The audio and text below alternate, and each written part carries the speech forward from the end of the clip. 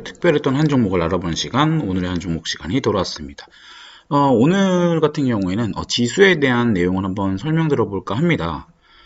지난 3일 동안 지수가 엄청나게 많이 올랐죠.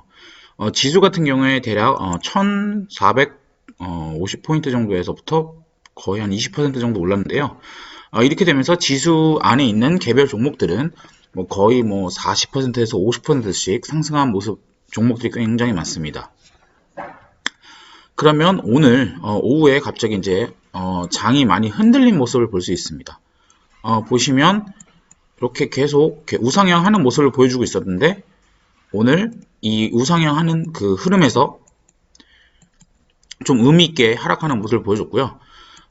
이게 과연 어떤 조정의 모습일지 아니면 데드캣 바운스로 이제 끝나는 이제 데드캣이 나오고 이제는 또 추가 하락으로 가는 건지에 대해서 한번 고민을 해볼 필요가 있을 것 같습니다.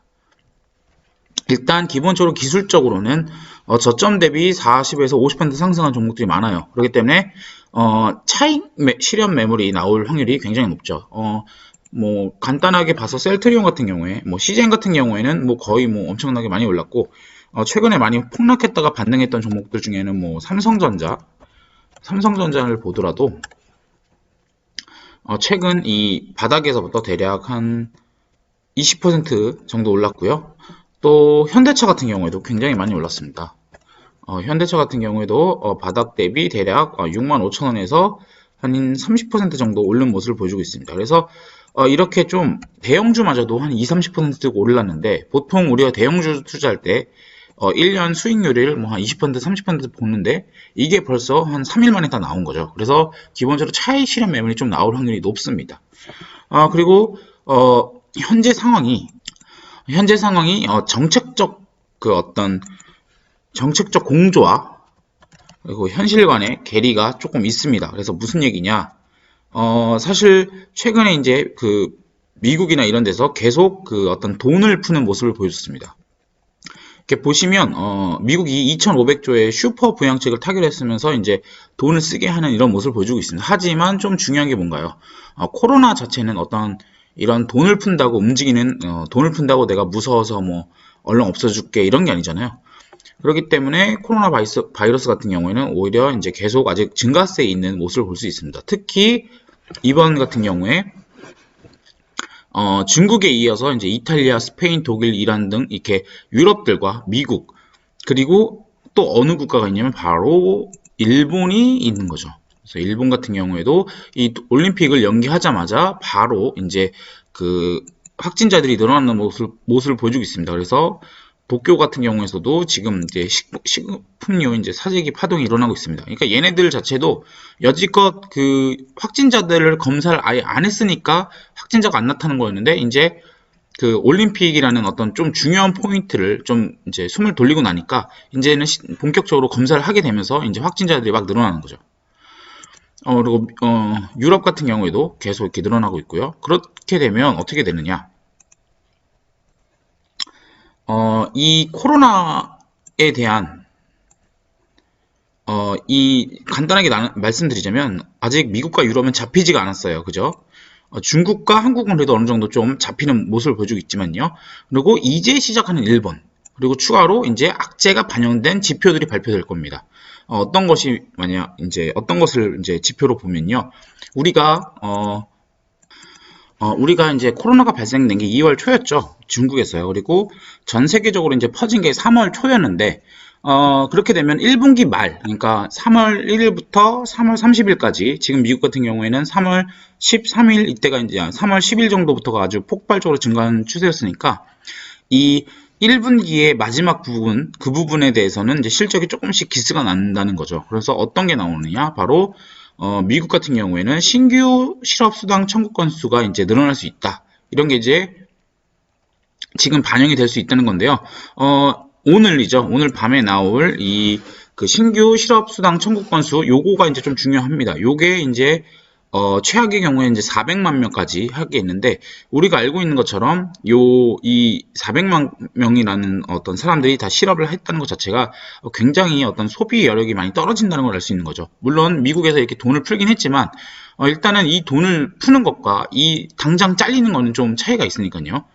그렇게 되면서 지수가 오늘 좀 하락한 모습을 보여주고 있습니다. 역시 미국장이나 어떤 해외 선물 지수 같은 경우에도 굉장히 나쁜 모습을 보여주고 있고요. 어찌됐든 간에 이런 기스 같은 경우에 이 어떤 지표에 대한 그 부정적인 부분은 사실 우리가 예상은 했어요. 예상은 한 건데, 이제 최근에 이렇게 급등을 하면서, 이제 최근에 지수가 갑자기 반등을 하면서, 이런 부분에 대해서 아직 이제 반영을 추가적으로 해줘야 되는 것이, 이제, 반영을 해주는 단계로 넘어가지 않나라고 저는 보고 있고요. 이런 악재들이 이제 반영되는 구간에 있다. 그래서, 이렇게 되면 어떻게 될 수 있냐. 뭐, 최악의 경우만 안 나오면, 사실, 과거 직전 바닥이었던, 코스피 기준으로서 직전 바닥이었던 1400포인트 정도는 깨지 않을 걸로 보고 있습니다. 사실. 하지만 우리가 이게 예를 들면 더 나빠질 수가 있는 거잖아요. 예를 들면 일본 같은 경우는 지금부터 이제 확진자가 늘어나고 최악의 경우 올림픽 못하게 해야 될 것 같은데 이러면서 연기가 아니고 그냥 또 취소가 돼버릴 수도 있고 되게 다양한 어떤 그 불확실성이 다시 야기가 된다면 지수는 급락을 해서 이제 여기를 이제 간당간당하게 뚫을 수도 있는 거죠. 그렇게 되면 우리가 일반적으로 개미 투자자분들은 어떻게 매수를 하셔야 되느냐? 뭐 기다리시면 돼요. 사실 가장 간편한 거는 지수가 이렇게 떨어지고 나서도 만약에 여기를 밑을 이렇게 뚫어서 1400포인트를 깨버린다. 그렇게 되면 그러면 굳이 살 필요가 없죠. 더 떨어질 때까지 기다리면 되는 거죠. 그죠? 굳이 내가 이 떨어지는 거를 다 받아가면서 살 필요는 없다.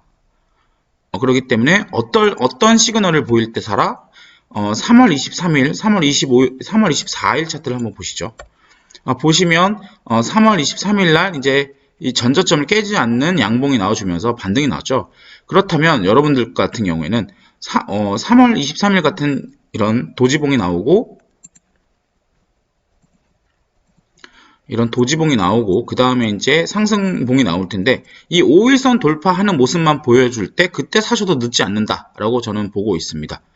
그래서 지금 사실 우리가 한국 같은 경우에는 대부분 이제 거의 뭐 진정 단계 완전 소강 상태로 넘어가고 있지만 아시다시피 미국이나 유럽 같은 그리고 또 일본 같은 나라들이 실질적으로 글로벌을 주도하는 소비 주체들이기 때문에 그 나라들의 어떤 현재 상황이 좀 더 중요하다. 이런 거를 이제 우리 개미 투자 여러분들이 잘 이해를 하시고 투자를 하시면 좋을 것 같습니다.